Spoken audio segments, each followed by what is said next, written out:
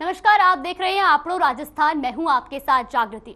रुक करते हैं खबरों की ओर, जहां पूर्वी राजस्थान नहर परियोजनाओं को राष्ट्रीय परियोजना घोषित करने की मांग को लेकर कांग्रेस कार्यकर्ताओं ने जिला अध्यक्ष रविंद्र त्यागी की अगुवाई में कलेक्ट्रेट पर प्रदर्शन किया। साथ ही केंद्रीय जल संसाधन मंत्री गजेंद्र सिंह शेखावत का पुतला जलाया। इतना ही नहीं, जिला कलेक्टर को पीएम मोदी के नाम एक ज्ञापन सौंपा। इस दौरान कांग्रेस अध्यक्ष रविंद्र त्यागी ने बताया कि पूर्वी राजस्थान नहरी परियोजनाएं इसलिए बनाई गई थी कि चंबल नदी की सहायक नदियों को जोड़कर राजस्थान के 13 जिलों में पानी पहुंचाया जा सके। लेकिन जल संसाधन मंत्री गजेंद्र सिंह शेखावत इस बात से अब इंकार कर रहे हैं, जिसे लेकर कांग्रेसी कार्यकर्ता विरोध कर रहे हैं।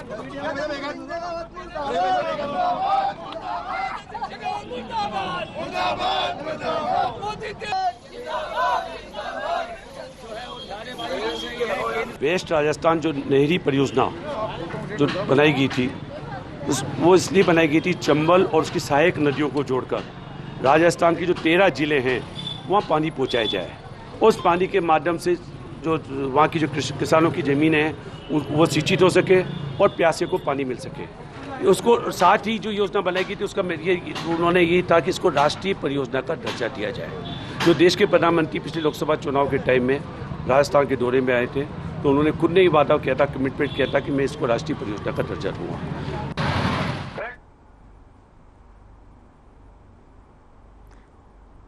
वहीं इसी खबर पर ज्यादा जानकारी के लिए हमारे साथ कोटा से संवाददाता तेजपाल बग्गा जुड़ गए हैं। सबसे पहले आपसे जानना चाहेंगे कि प्रदर्शन जारी है, क्या है ये पूरा मामला? ये पूरा मामला जागृति ये है कि प्रधानमंत्री नरेंद्र मोदी पिछले चुनाव के दौरान उन्होंने राजस्थान से वादा किया था कि ये राजस्थान नहर परियोजना को राष्ट्रीय परियोजना घोषित किया जाएगा, परंतु पूरा 3-3.5 वर्ष गुजरने के बाद भी इसको राष्ट्रीय परियोजना घोषित नहीं करने से चलते कांग्रेस जन इस बात को लेकर नाराज हैं। वहीं जो राजस्थान के केंद्रीय मंत्री हैं गजेंद्र सिंह शेखावत, जो कि जोधपुर से सांसद भी हैं, उन्होंने अब इस बात से इनकार कर दिया कि प्रधानमंत्री ने इस तरह का कोई वादा ही नहीं किया, जिसको लेकर कांग्रेसी कार्यकर्ता पूरे कोटा में ही नहीं राजस्थान के कई जिलों में नाराज है और आज प्रदर्शन भी कर रहे हैं। उसी कड़ी में आज कोटा में जिला कलेक्ट्रेट पर कांग्रेस कार्यकर्ताओं ने शहर अध्यक्ष रविंद्र त्यागी की अगुवाई में जोरदार प्रदर्शन किया। जी, तो अभी आगे जी बोलिए। इन्होंने यहाँ पर गजेंद्र सिंह शेखावत का पुतला भी जलाया और प्रधानमंत्री के नाम जिला कलेक्टर को एक पत्र भी सौंपा, जिसमें उनसे उनके द्वारा किए गए वादे को पूरा करने की मांग की गई। जी, तो अब आगे उनकी क्या कुछ मांगे हैं और कब तक ये प्रदर्शन जारी रहने वाला है? वैसे तो जागृति ये प्रदर्शन एक दिन का ही था, पर कांग्रेसी नेताओं का कहना था कि यदि ये परियोजना पूरी होती है तो इससे राजस्थान के 13 जिलों को पीने का पानी और किसानों की जमीन सिंचित होगी। इससे किसानों को जबरदस्त लाभ होगा। हर बार गर्मी में देखा जाता है कि राजस्थान के कई जिलों में पानी की किल्लत जबरदस्त हो जाती है। उसी के चलते चंबल नदी की सहायक नदियों को जोड़कर इस परियोजना को पूरा होना था, परंतु ये अभी तक ये परियोजना अधूरी लटकी हुई है। जी, तो अभी इसमें कोई प्रतिक्रिया आई है किसी नेता की तरफ से या सरकार की तरफ से कोई प्रतिक्रिया आई है इस प्रदर्शन पे? नहीं जागृति, अभी इस मामले में केंद्रीय नेताओं से या भाजपा के किसी नेता ने कोई प्रतिक्रिया नहीं दी है। केवल कांग्रेस के नेताओं ने अपनी प्रतिक्रिया दी है। उनका कहना यह है कि केंद्र सरकार इस परियोजना को राष्ट्रीय परियोजना घोषित करे तो ये काम जल्दी शुरू हो सकता है और किसानों को लाभ मिल सकता है। जी, बहुत बहुत शुक्रिया आपका हमारे साथ जुड़ने के लिए और तमाम जानकारी हम तक पहुंचाने के लिए। तो कोटा में भगवान महावीर जन्म उत्सव की पूर्व संध्या पर सकल जैन समाज ने अहिंसा पदयात्रा रैली का आयोजन किया, जिसमें प्रदेश के ऑटोनॉमी शासन मंत्री शांति कुमार धारीवाल भी शामिल हुए। ये यात्रा शहर के पंजाब सभा भवन शॉपिंग सेंटर से शुरू होकर दानबाड़ी पहुंची, जहां पदयात्रा का भव्य स्वागत किया गया। इस यात्रा में हजारों की तादाद में लोगों ने हिस्सा लिया। जानकारी के मुताबिक रैली मार्ग पर 108 तोरण द्वार बनाए गए, जहां पर श्रद्धालुओं का स्वागत अभिनंदन किया गया। वहीं भगवान महावीर जन्म उत्सव पर शहर में 2 दिन तक सांस्कृतिक कार्यक्रम चलेंगे।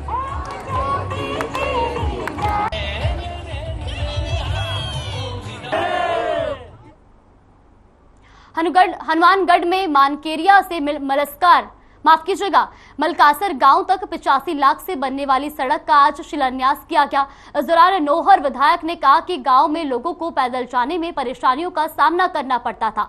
अब आने वाले कुछ दिनों में उसी गांव के लोग वाहनों पर गांव में बिना किसी परेशानी के आवाजाही कर सकेंगे। वही विधायक अमित चाचाड़ ने बताया कि सीएम अशोक गहलोत की सरकार बनने के बाद सबसे पहले अंतिम छोर पर बैठे हर व्यक्ति और हर गांव को विकास से जोड़ने का कार्य किया गया। इसके बाद विधायक बांगासर गौशाला में पहुंचे, जहां ग्रामीणों की मांग पर विधायक कोटे से 3 लाख रुपए गौशाला को सहयोग दिया गया। साथ ही धांधुसर, धीरदेसर और उदासर में बोरवेल की खुदाई के आदेश दिए। इस मौके पर धांधुसर और मोटेर सरपंच भी विधायक के साथ मौजूद रहे।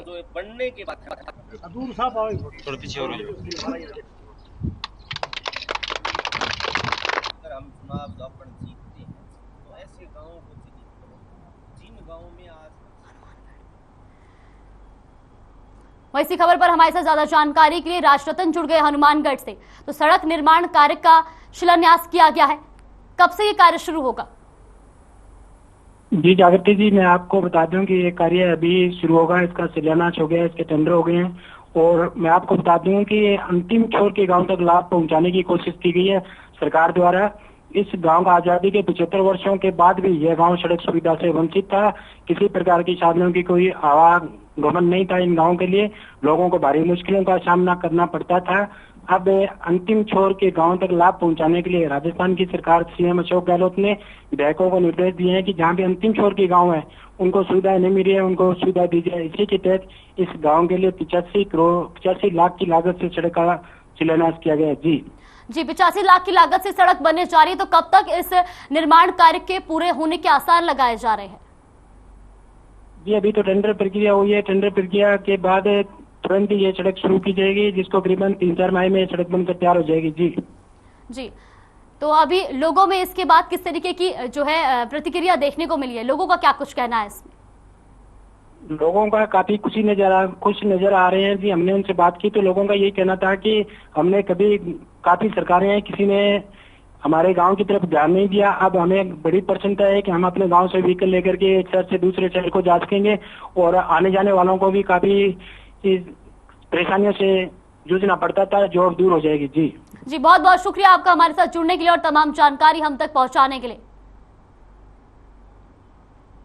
वहीं बांसवाड़ा में माली समाज और ओबीसी अधिकार मंच ने गुप्तेश्वर महादेव मंदिर मालीवाड़ा में महात्मा ज्योतिबा फूले की जयंती मनाई। आपको बता दें कि माली समाज के विनोद माली और ओबीसी अधिकार मंच ने संरक्षक नाथू लाल पाटीदार की अध्यक्षता में मनाई गई। वही कार्यक्रम में विनोद माली ने बताया कि ज्योतिबा फूले ने अछूतों का उद्धार, नारी शिक्षा और किसानों के लिए जन आंदोलन के हक की लड़ाई लड़ी है। इसके बाद नाथूलाल पाटीदार ने कहा कि ज्योतिबा फूले के अधूरे कार्यों को पूर्ण करने और दलितों के संवैधानिक अधिकारों के संरक्षण के लिए एकजुट होकर ओबीसी के साथ कदम बढ़ाने का आह्वान किया। वह इस मौके पर लक्ष्मीकांत भावसार ने ज्योतिबा फूले के जीवन पर विचार करते हुए फूले के अधूरे सपनों को पूरा करने और समाज के विचार को सशक्त करने पर जोर दिया।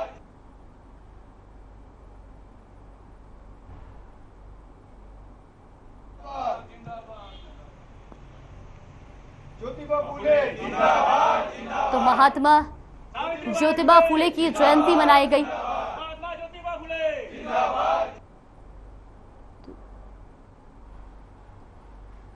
ज्योतिबा फूले की हक की उन्होंने लड़ाई लड़ी थी।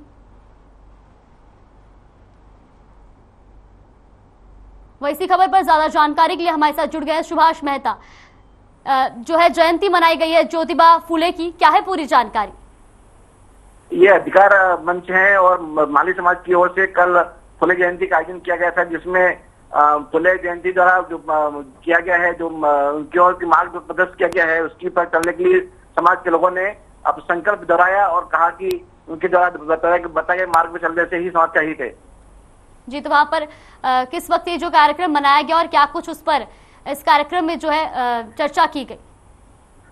अधिकार एकता मंच के तहत में सभी जो अधिकार के जो वंचित लोग हैं वो इकट्ठे हुए थे और मंथन किया गया कि शिक्षा ही सर्वोपरि है और जो माता फुले ने जो अपने मार्गदर्शन बताया है उसके पर चलते हुए शिक्षा को आत्मसात करते हुए समाज को उत्थान करना है। जी, कौन कौन लोग इस कार्यक्रम में मौजूद रहे थे? समाज अधिकारी इक्टावन के पदाधिकारी और माली समाज के लोग अधिकारी जो पदाधिकारी हैं वो उपस्थित रहे थे। जी, बहुत बहुत शुक्रिया आपका तमाम जानकारी हम तक पहुंचाने के लिए।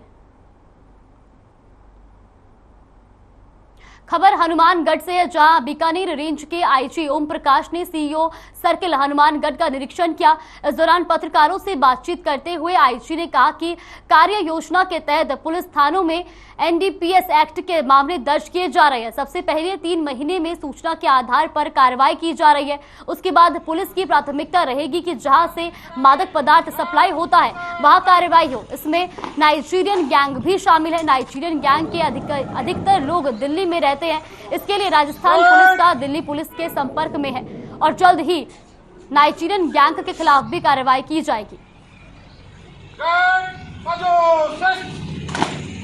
एक कार्य योजना के तहत जो एनडीपीएस के मामले दर्ज किए जा रहे हैं और सबसे पहले हमने जो 3 महीने हैं इन्फोर्समेंट के लिए किए हैं, जिसमें कि हम ज़्यादा से ज़्यादा जो लोग सूचनाएं दे रहे हैं या पुलिस पब्लिक पंचायत है वहाँ पे भी सूचनाएं मिल रही हैं, लोगों से आप लोगों से बातें कर रहे हैं, उस पर सूचनाएं मिली, इस पर कार्रवाई कर रहे हैं। उसके बाद दूसरी प्राथमिकता हमारी ये है कि जहाँ से जो सप्लाई होता है उसको टच करें। उसमें ये जो नाइजीरियन गैंग है वो भी शामिल है। दिल्ली पुलिस से भी संपर्क में हैं हम, क्योंकि वहाँ पे ज़्यादातर लोग दिल्ली से ही में ही रहते हैं, उनके संपर्क में हैं। आने वाले समय में उन पर भी हम कार्रवाई करेंगे। वहीं इसी खबर पर ज्यादा जानकारी के लिए हमारे साथ राजरतन पारिक जुड़ गए हैं। तो अब नशा तस्करों पर शिकंजा कसने के लिए पुलिस क्या कुछ कदम उठा रही है? जी जागृति जी, मैं आपको बता दूं कि बीकानेर रेंज आईजी ओम प्रकाश 2 दिवसीय यात्रा पर हनुमानगढ़ आए थे। उन्होंने कहा था कि नशा करने वाले, नशा बेचने वाले, नशाखोरों पर जबरदस्त कार्रवाई की जाएगी। पुलिस इसके कार्रवाई पे लगी हुई है। हम 3 महीने में इन्वेस्टिगेशन कर रहे हैं कि कहाँ से सप्लाई होती है, कहाँ इनका मुख्य सप्लायर है, कहाँ से नशा आता है। इसमें नाइजीरियन गैंग दिल्ली का भी शामिल होने का हाथ बताया जा रहा है और तुरंत ही हम दिल्ली पुलिस के सहयोग से उन पर पकड़ने की कार्रवाई करेंगे। तुरंत शिकंजा कसा जाएगा। जी, जिस तरीके से बताया जा रहा है कि नाइजीरियन गैंग जो है वो इसमें मुख्य तौर पर शामिल होती है और नाइजीरियन गैंग सबसे अधिकतर जो है वो दिल्ली में रहती है। तो ये कहा जा रहा है कि दिल्ली पुलिस के संपर्क में रहेंगे। तो उसको लेकर के क्या कुछ रणनीति बनाई जा रही है कि दिल्ली से जो सप्लाई हो उस पर रोक लगाई जा सके? जी, आईजी साहब ने कहा कि इसके लिए हमने दिल्ली पुलिस के हम संपर्क में है। दिल्ली पुलिस के अधिकारियों से हमारी बात होती रहती है और उनको हमने निर्देश दिया है कि ऐसी कौन सी जगह है जहाँ पर नाइजीरियन ज्यादा संख्या में रहते हैं और राजस्थान की तरफ ज्यादा सप्लाई करते हैं, उनको ठिकानों का पता लगाया जाए। उनको पता लगाने के बाद तुरंत ही राजस्थान पुलिस को बताया जाए या आपके द्वारा दंबिश देकर उनको पकड़ा जाए, जहाँ पर तुरंत कार्रवाई की जाए। राजस्थान पुलिस भी इनमें पूरा सहयोग करेगी। जी, बहुत बहुत शुक्रिया आपका हमारे साथ जुड़ने के लिए और तमाम जानकारी हम तक पहुंचाने के लिए। नागौर के मेड़ता शहर में राज्य सरकार की मार्फत अच्छी नस्ल के पशुओं को संरक्षित करने और व्यापार को बढ़ावा देने के लिए क्षेत्रीय लोक मेलों का आयोजन आरंभ किया गया था, लेकिन अब ये मेले राजनीतिक उपेक्षा और प्रशासनिक अधिकारियों की लापरवाही के चलते अपना अस्तित्व खोते जा रहे हैं। इस मामले पर बातचीत के दौरान एक बुजुर्ग ने कहा कि इस दौर में जहां कृषि क्षेत्र में बैलों का स्थान ट्रैक्टर और अन्य उपकरणों ने ले लिया है, तो वही अन्य पशु भी चुनिंदा लोगों की पसंद बन के रह गए हैं। अपने अस्तित्व की लड़ाई लड़ रहे लोक मेलों को बचाए रखने के लिए सरकार को ठोस कदम उठाने होंगे।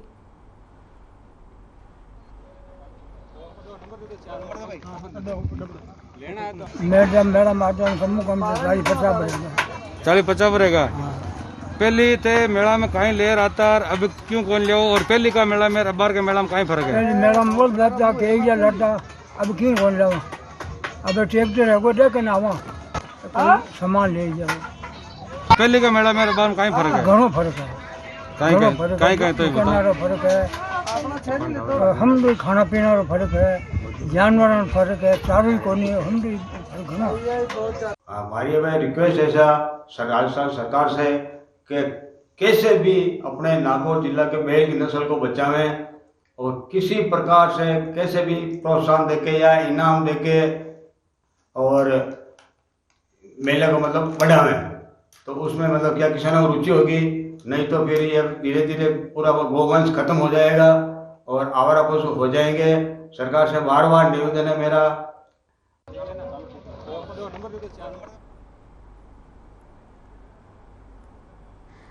तो इसी खबर पर ज्यादा जानकारी के लिए हमारे साथ डीडी चारण जुड़ गए हैं। तो अब जो मेले हैं वो अपना अस्तित्व खो रहे हैं, ऐसा क्यों? जी जागृति, मेरी आवाज आ रही है? जी आपको सुन पा रहे हैं, बताइए। जो मेले हैं वो अपना अस्तित्व खो रहे हैं, ऐसा क्यों हो रहा है? जागृति, ये जो मेला बलदेवराम पशु मेला मेड़ता का है, ये बहुत ही ऐतिहासिक मेला है और इसके चारों ओर बहुत सारे गांव लगते हैं। तो इस मेले की इतनी अच्छी व्यवस्था थी पहले, बाहर के राज्यों से भी यहाँ पर व्यापारी आते थे और यह नागौरी नस्ल है ना, नागौरी नस्ल के बैल यहाँ प्रसिद्ध हैं, तो उनकी खरीद करके वो अपने अपने राज्यों में ले जाते थे और उस वक्त राज्य सरकार से भी ज्यादा प्रोत्साहन भी मिलता था और हाट बाजार भी लगता था। लेकिन वर्तमान में सरकार की अपेक्षा रही है, सरकार की ओर से किसानों को ना तो कोई प्रोत्साहन मिलता है, ना मेले में ऐसी कोई व्यवस्थाएं होती है जिनसे किसानों को या व्यापारियों को आने में बैठने में कहीं जगह मिल जाए, उनके प्रचुर मात्रा में कोई खाने पीने की व्यवस्था है, ऐसी सरकार की ओर से कोई व्यवस्था देखी नहीं जा रही है और मेला भी धीरे धीरे खत्म की ओर जा रहा है।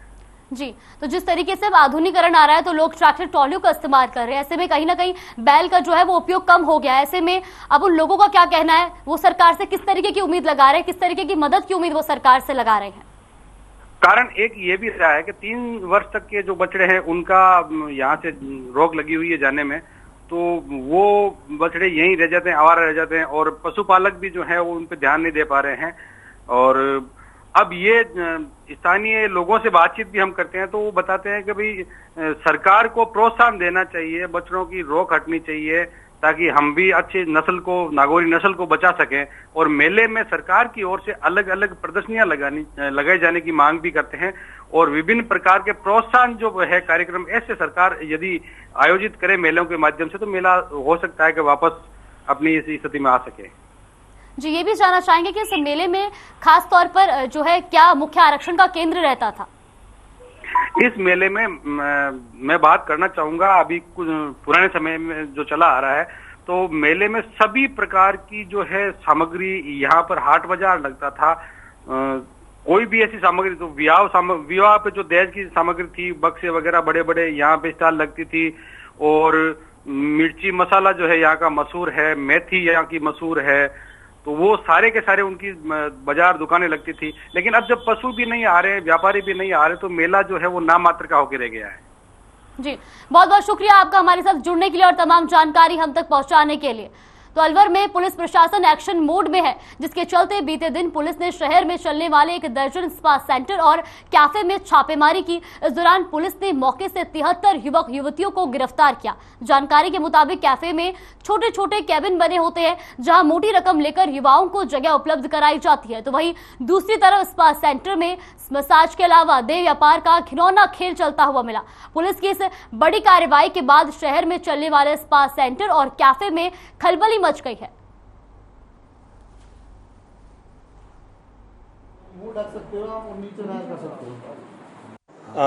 पिछले कुछ दिनों से हमें अपने सूत्रों के थ्रू एक खबर मिल रही थी कि होटल अथवा इनके अलावा जो स्पा हैं और जो कैफ़ेज़ हैं, इनकी आड़ में युवक और युवतियां जो हैं गलत कार्य कर रहे हैं, अनैतिक कार्य कर रहे हैं, इनके आड़ में गलत तरीके से गलत धंधे चलाए जा रहे हैं। तो इस सूचना पर हमने कार्रवाई करने का सोचा और एसपी मैडम और एडिशनल एसपी मैडम के निर्देशानुसार हमने एक स्पेशल टीम गठित करी। स्पेशल टीम में मैं था और मेरे साथ मेरे ऑफिस का स्टाफ और थानों का स्टाफ था। हम लोग सिविल क्लोथ्स में आज सुबह 10 बजे कार्रवाई के लिए निकले थे। हमने थाना कोतवाली क्षेत्र के अंतर्गत आने वाला कैपिटल गलेरिया मॉल, इसके अलावा हरीश हॉस्पिटल के पीछे एक स्पा, कैपिटल गलेरिया मॉल में हमने 3 स्पाज पे और 4 कैफ़ेज़ पे छापामारी की। उसके अलावा क्रॉस पॉइंट मॉल के अंदर 2 कैफ़ेज़ और 2 स्पा के अंदर छापामारी करी। क्रॉस पॉइंट मॉल के पीछे 2-3 कैफ़ेज़ थे, वहाँ पर छापामारी की। उसके अलावा पर्ल होटल एक पड़ता है शिवाजी पार्क थाना एरिया में, वहाँ पर छापामारी की। इस छापामारी के दौरान ये चीज़ पाई गई कि मुख्यतः जो कैफ़ेज़ बनाए गए हैं, वो कैफ़ेज़ जो हैं उनमें एक छोटे छोटे कंपार्टमेंट्स हैं। उस कंपार्टमेंट्स में जो कैफ़े का मालिक है वो कुछ पैसे लेकर कुछ समय के लिए नए युवक और युवतियों को कमरा देते हैं और वहाँ उसकी आड़ में वो गलत कार्य करते हैं। थामवाला में पुलिस टीम की बड़ी कार्रवाई सामने आई है, जहां पुलिस ने अवैध बजरी खनन और परिवहन के खिलाफ कार्रवाई की। पुलिस ने निकटवर्ती ग्राम भेरुंदा से अवैध बजरी खनन से भरे हुए 2 ड्रम डिटेन किए। वहीं अवैध बजरी खनन और परिवहन में लिप्त वाहनों के विरुद्ध कार्रवाई करते हेतु माइनिंग विभाग गोटन को कार्रवाई की सूचना दी गई। नौथावल पुलिस टीम की बड़ी कार्रवाई देखने को मिली है, जहां अवैध बजरी खनन के खिलाफ यह कार्रवाई की गई, तो वही जिसके बाद ये सूचना माइनिंग विभाग को भी दी गई है।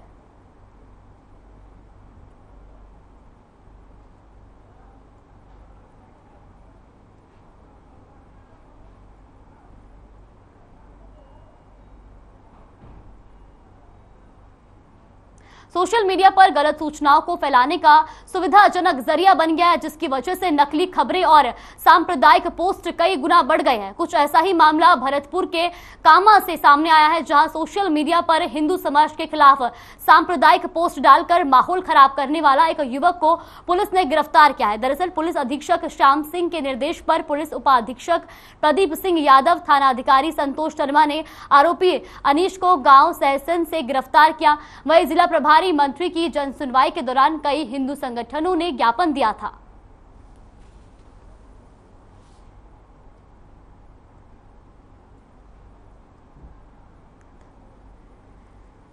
इसी खबर पर ज्यादा जानकारी के लिए हमारे साथ अमित यादव जुड़ गए हैं। अमित, सबसे पहले आपसे जानना चाहेंगे क्या है इस पूरे मामले पर ज्यादा जानकारी।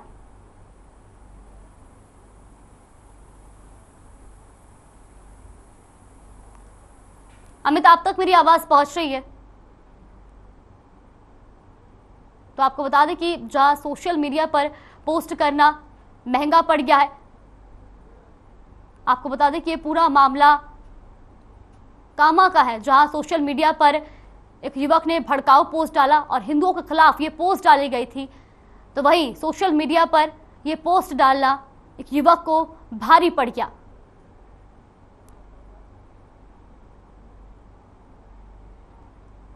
धौलपुर में बिजली विभाग की सतर्कता सामने आई है। मामला शहर थाना क्षेत्र का है, जहां ओवरलोड तूड़ी से भरे ट्रक और सामान से आ रहे ट्रैक्टर के बीच साइड बचाने के चक्कर में ट्रक बिजली के पोल से टकरा गया, जिसमें 2 पोल समेत ट्रांसफार्मर जमीन पर गिर गया। वही लोगों ने बिजली विभाग को फोन करके सूचित किया, जिसके चलते बिजली विभाग ने मौके पर सप्लाई को बंद किया और इसके बाद बड़ा हादसा होने से बच गया। इस दौरान बिजली विभाग के अधिकारियों ने बताया कि टूटे बिजली के पोल और ट्रांसफार्मर को ठीक करने में काफी समय लगेगा। ऐसे में धौलपुर शहर के बाजार सहित कई अन्य इलाकों में आज सारा दिन बिजली आपूर्ति प्रभावित रहेगी, जिससे आम उपभोक्ता को गर्मी के कारण परेशान होना पड़ सकता है।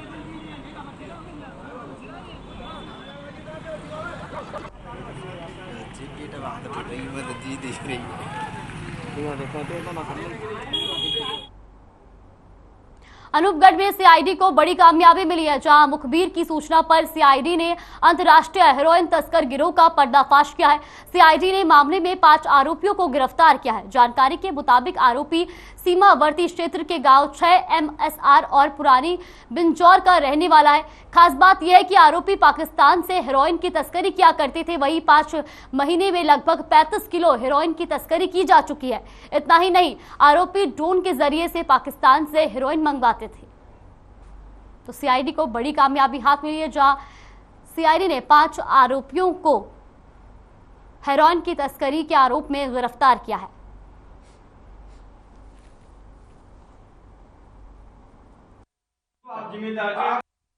वहाँ के जो खेतों में गिरा था, उस खेत के व्यक्ति ने उसको मिलने पर उसने उसको जो हीरोइन थी उसको उठा करके पानी में घोल करके अपने कुंडी में डाल दिया था, जो गटर वाली कुंडी में डाल दिया था। इस पर हमारे शेख साहब ने उसको गटर को खुदवाया और खुदवा करके उसमें से सैंपल लिए और सैंपल के साथ में हमारे एक किट आता है। इस किट से भी जब हमने पता किया तो उसमें उसकी हीरोइन की मात्रा आ रही थी, ब्राउन शुगर की मात्रा आ रही थी।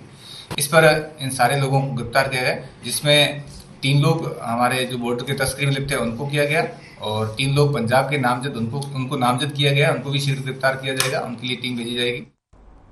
अलवर में भीषण सड़क हादसा हो गया। मामला अलवर जयपुर सड़क मार्ग पर सिरस्का के पास कुशलगढ़ का है, जहां रोडवेज बस और ट्रैक्टर ट्रॉली में आमने सामने की टक्कर हो गई, जिसमें 3 लोगों की मौके पर ही मौत हो गई। वहीं हादसे में 26 लोग गंभीर रूप से घायल हो गए, जिन्हें एम्बुलेंस की मदद से जिले के राजीव गांधी सामान्य अस्पताल में भर्ती कराया गया है। सूचना पर पहुंची पुलिस ने शव बरामद कर पोस्टमार्टम के लिए भेज दिए हैं। जानकारी के मुताबिक बस अलवर से थाना गाजी की तरफ जा रही थी और ट्रैक्टर ट्रॉली अलवर की ओर आ रही थी। फिलहाल पुलिस हादसे के कारणों का पता लगाने में जुटी है।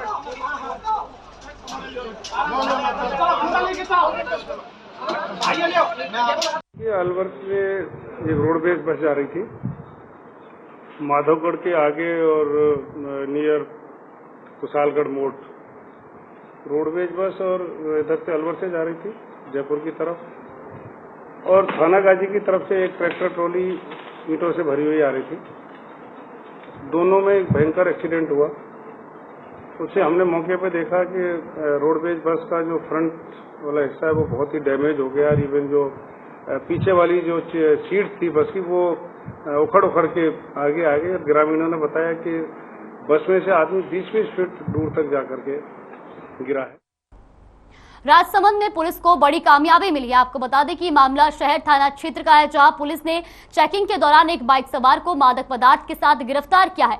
साथ ही आरोपी के पास से 250 ग्राम अफीम बरामद की है। जानकारी के मुताबिक आरोपी केलवा का रहने वाला है और इलाके में मादक पदार्थों की तस्करी करता है। वहीं जिले में पुलिस ने मादक पदार्थों की धरपकड़ को लेकर अभियान चलाया हुआ है, जिसके तहत पुलिस ने बाइक सवार को रंगे हाथों पकड़ लिया। फिलहाल पुलिस एनडीपीएस एक्ट तहत मामला दर्ज कर आगे की कार्रवाई में जुट गई है।